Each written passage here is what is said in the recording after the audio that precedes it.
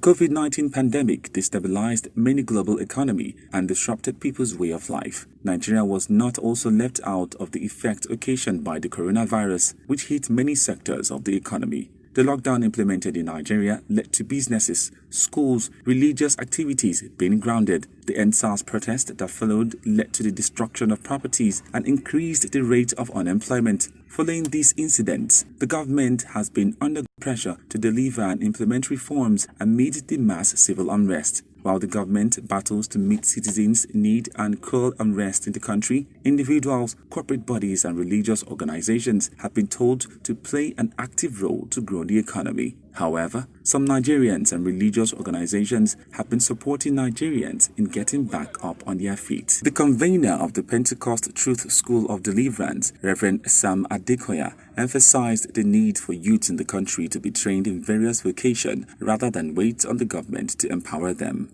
Well, the vision behind this running the competition was that we just don't want the youth to laze around.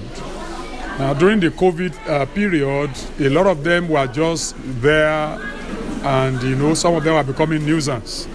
So we felt that an idle hand is the devil's workshop. So we decided to create an avenue where they expend their energy in something that is worthwhile. I have discovered that we are the government. But the challenge we have in our generation is that everything rise and fall on leader. What we want the heir to do, we ourselves should also begin to do in our own little way.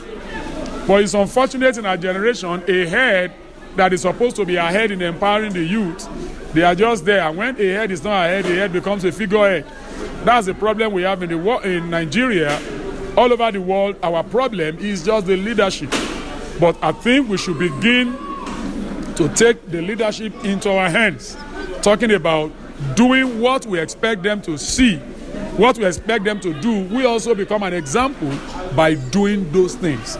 Government officials were asked to pay more attention to the youth and deceased from corrupt practices. Owing to the fact that, human knowledge or human skills in handling the economy has actually failed, that we know. Okay. And having done that, God also is using the ministries, talking about different churches and different denominations in their own little way to help members. We have churches who helps the widows. We have churches who sponsor the youths going to higher institution. Lay your hand on something, start something, and then you will see God blessing that thing.